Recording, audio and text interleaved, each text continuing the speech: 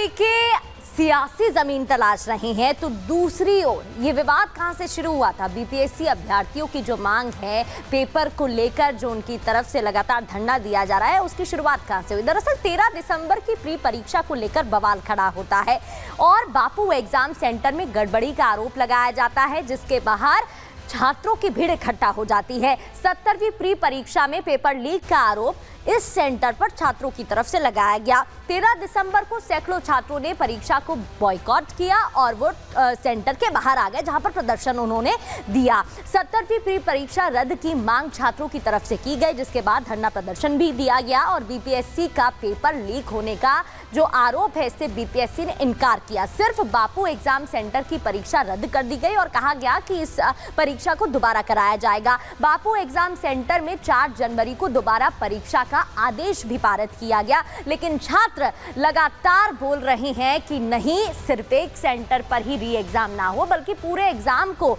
दोबारा कराया जाए नए सिरे से। अब आपको तस्वीरें दिखाते हैं। लेफ्ट संगठन की तरफ से भी प्रदर्शन किया जा रहा है। एक तरफ पप्पू यादव, दूसरी तरफ आपको जानकारी दें कि प्रशांत किशोर भी मैदान में, जिनकी तस्वीरें आपको दिखा रहे थे, तो वहीं छात्र लगातार आवाज उठा रहे हैं। लेफ्ट संगठन की तस्वीरें भी आप टीवी स्क्रीन पर देख रहे हैं, जो प्रदर्शन कर छात्रों का समर्थन देते हुए नजर आ रहे हैं। और आगे बढ़ते हुए प्रोटेस्टर्स की तरफ से क्या कुछ कहा जा रहा है, जो प्रदर्शनकारी हैं आखिर वो अब क्या कह रहे हैं, सुनिए। ये सरकार जितनी भी हम लोग कोशिश कर रहे हैं, प्रयास कर रहे हैं, शांतिपूर्ण रवैये के भी खिलाफ ये सरकार है, तो हम सब लोगों ने फैसला किया है, हमारा डिमांड जब तक पूरा नहीं होगा पूरे बिहार में अब आंदोलन होगा। बहरी गुंगी सरकार है। भगत सिंह ने कहा था कि बहरे कानों के लिए जोरदार धमाके की जरूरत है। हमने धमाके की शुरुआत कर दी है। अब या तो इस सरकार के कान का चदरा फटेगा या इनके नीचे की कुर्सी इनसे हटेगी। ये लड़ाई अपने अंतिम निर्णय तक जारी रहेगी। और ये लाइव तस्वीरें आपको दिखा रहे हैं, जहां प्रशांत किशोर बातचीत कर रहे हैं प्रदर्शनकारियों से। उनके तमाम समर्थक भी मौजूद हैं, जनसुराज पार्टी के कार्यकर्ता भी मौजूद हैं। सुनिए। नहीं, आप अपील कर रहे हैं, हम भी तो आपसे अपील कर रहे हैं। ये बच्चे 15 दिन से बैठे हुए हैं, एक बार मुख्यमंत्री से मिल लेने में क्या दिक्कत है? अधिकार में आप क्या अपील कर रहे हैं? हम लोग ये नहीं कह रहे कि आप हमारी बात मान लीजिए, हम लोग ये कह रहे हैं कि बच्चों से मिल लीजिए। इसमें कौन सा गुनाह कर रहे हैं? मीडिया के सामने कर रहे हैं, कौन सा अलोकतांत्रिक चीज मानी जा रही? अरे भाई मुख्यमंत्री, किसी ने मुझे बताया कि मुख्यमंत्री कह रहे हैं इतना ग्रुप किससे मिले। अरे भाई तुम 10 से मिल लो। प्रशासन का इतना तंत्र है, आप लोग चलाते हैं, हम क्यों माइक पर बोलना बता रहे हैं? कि उस दिन मैंने एसपी को कहा था और माइक मेरे पास नहीं था और एसपी ने गलत वहाँ पर बोला कि आपके नेता भाग गए। हमने एसपी को कहा था कि बच्चों को कुछ मत कीजिए, हम वापस जा रहे हैं, बच्चे अपने आप उठ जाएंगे, इसलिए मैं माइक पर बोल रहा हूँ।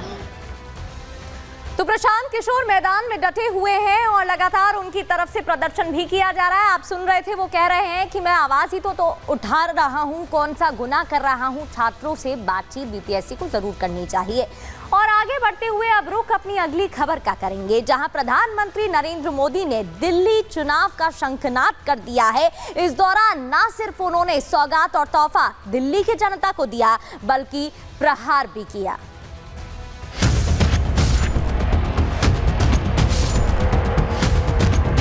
मैं भी कोई शीश महल बना सकता था, लेकिन मेरे लिए तो मेरे देशवासियों को पक्का घर मिले, यही एक सपना था। उन माताओं बहनों को बधाई देता हूं जिनको ये घर मिले हैं। ये उनके स्वाभिमान का घर है। देश के हर नागरिक के पास पक्की छत हो, ये संकल्प लेकर हम काम कर रहे हैं।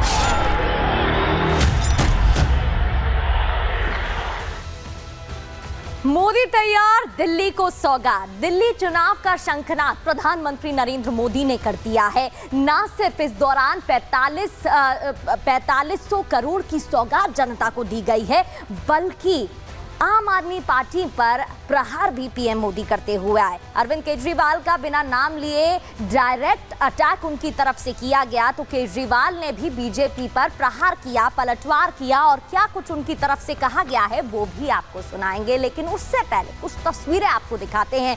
ये तस्वीर आप देख रहे हैं जब प्रधानमंत्री नरेंद्र मोदी पहुंचे और उन्होंने कई तोहफे दिल्ली वासियों को दिए हैं। स्वाभिमान अपार्टमेंट की बात हो तो दिल्ली को कई सौगातें, जिसकी ये तमाम पोस्टर्स भी आप देख रहे हैं। नए घर दिल्ली की जनता को मिलेंगे। झुग्गी झोपड़ी में रहने वाले उन लोगों के लिए ये बड़ी सौगात दी गई है। प्रधानमंत्री नरेंद्र मोदी 45 करोड़ की सौगात देते नजर आए और इसके अलावा भी कई तोहफे दिल्ली की जनता को दिए गए हैं। तो पीएम मोदी ने इस दौरान क्या कुछ घोषणाएं की? पीएम मोदी ने चुनावी बिगुल तो फूंक ही दिया है, साथ ही साथ दिल्ली के लिए सौगातों का पिटारा भी खोल दिया। पीएम ने 4500 करोड़ की योजनाओं की सौगात दी है। अशोक विहार में 1675 स्वाभिमान फ्लैट की चाबी सौंपी, जिसकी तस्वीरें उन फ्लैट्स की तस्वीरें आपको दिखा रहे थे। नौराजी नगर में वर्ल्ड ट्रेड सेंटर का भी उद्घाटन किया।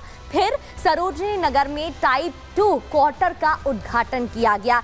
इसके अलावा द्वारका में सीबीएसई के ऑफिस कॉम्प्लेक्स का उद्घाटन किया। शिक्षा को लेकर भी बड़े ऐलान, क्योंकि डीयू के 600 करोड़ के 3 प्रोजेक्ट की आधारशिला भी प्रधानमंत्री नरेंद्र मोदी ने इस दौरान रखी और नजफगढ़ में वीर सावरकर कॉलेज की आधारशिला भी रखी, जिसके बाद प्रधानमंत्री नरेंद्र मोदी ने कई तोहफे जनता को दिए हैं। अब आपको एक रिपोर्ट के जरिए बताते हैं इस दौरान पीएम की कौन सी बड़ी बातें रही।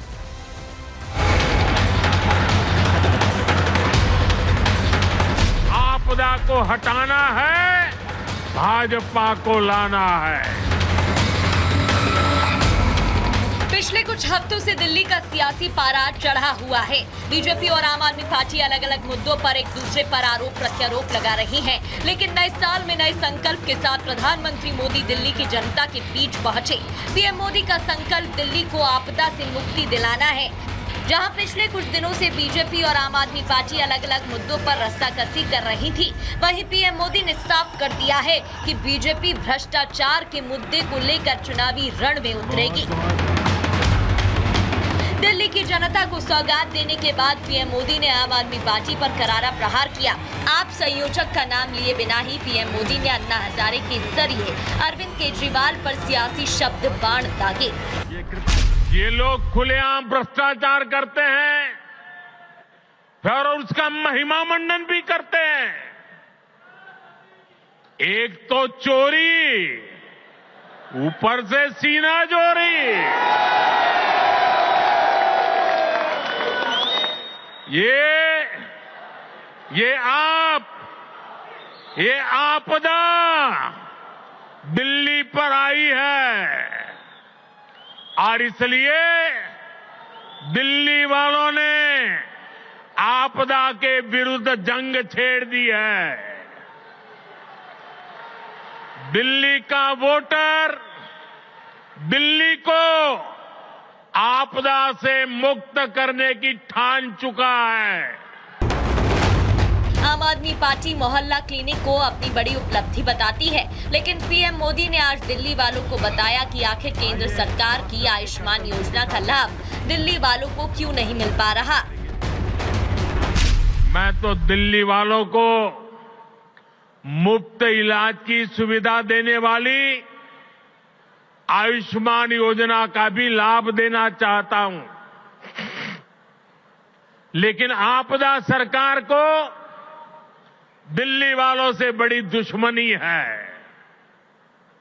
वे पूरे देश में आयुष्मान योजना लागू है, लेकिन इस योजना को आपदा वाले यहां लागू नहीं होने दे रहे। इसका नुकसान दिल्ली वालों को उठाना पड़ रहा है।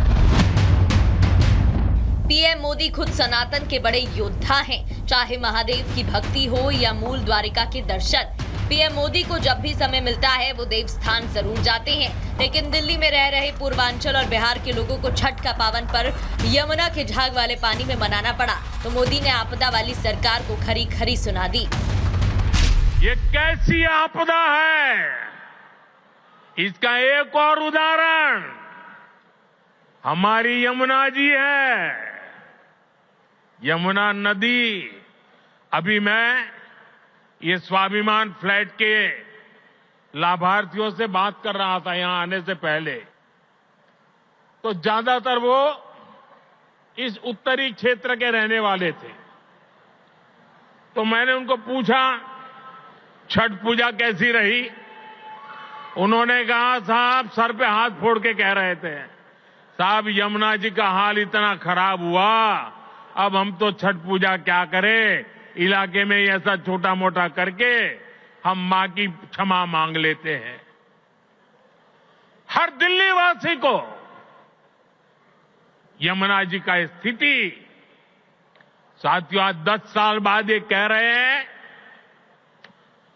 और बेशर्मी देखो, लाज शर्म का नामो निशान नहीं।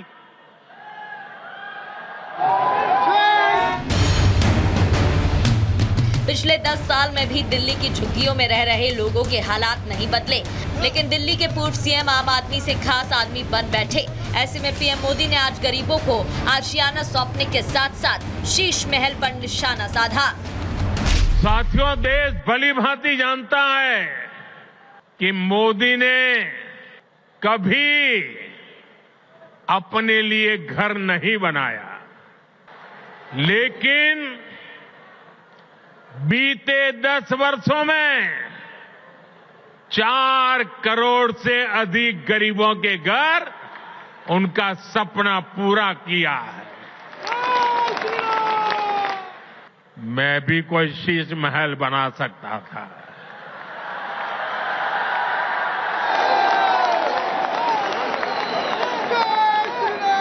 लेकिन मेरे लिए तो मेरे देशवासियों को पक्का घर मिले, यही एक सपना था। दिल्ली की लड़ाई त्रिकोणीय रहने वाली है। यही वजह है कि पीएम मोदी ने आम आदमी पार्टी के साथ साथ कांग्रेस को भी निशाने पर लिया। दिल्ली वालों को इमरजेंसी की याद दिलाई। जब आपातकाल का समय था, देश इंदिरा गांधी के तानाशाही रवैये के खिलाफ लड़ाई लड़ रहा था। इमरजेंसी के खिलाफ एक लड़ाई चल रही थी। उस समय मेरे जैसे बहुत साथी अंडरग्राउंड मूवमेंट का हिस्सा थे। तो एक तरफ जहां आपदा पर प्रहार पीएम मोदी करते हुए नजर आए, तो वहीं आपके संयोजक अरविंद केजरीवाल ने पलटवार किया। सुनिए। इतने काम किए हम लोगों ने कि मैं कई घंटों तक काम गिना सकता हूं। लेकिन जो दूसरी सरकार थी, जो दिल्ली के लोगों ने केंद्र सरकार चुनी थी बीजेपी की, उन्होंने 10 साल में एक भी ऐसा काम नहीं किया जो कि आज प्रधानमंत्री जी अपने 43 मिनट के भाषण में आप लोगों को गिना के गए होंगे। अगर उन्होंने 10 साल में काम किए होते तो शायद आज उन्हें दिल्ली के लोगों को इतनी गालियां देने की जरूरत ना पड़ती। वो अपने काम गिनाते, वो गालियां ना देते। जो व्यक्ति काम करता है वो गाली नहीं देता। जब कोई आदमी काम नहीं करता तो फिर उसे गालियां देनी पड़ती है। वो गालियों के बस पे चुनाव लड़ता है। दिल्ली के अंदर कच्ची कॉलोनियों में 2014 के पहले कोई काम नहीं होता था, नरक की जिंदगी थी।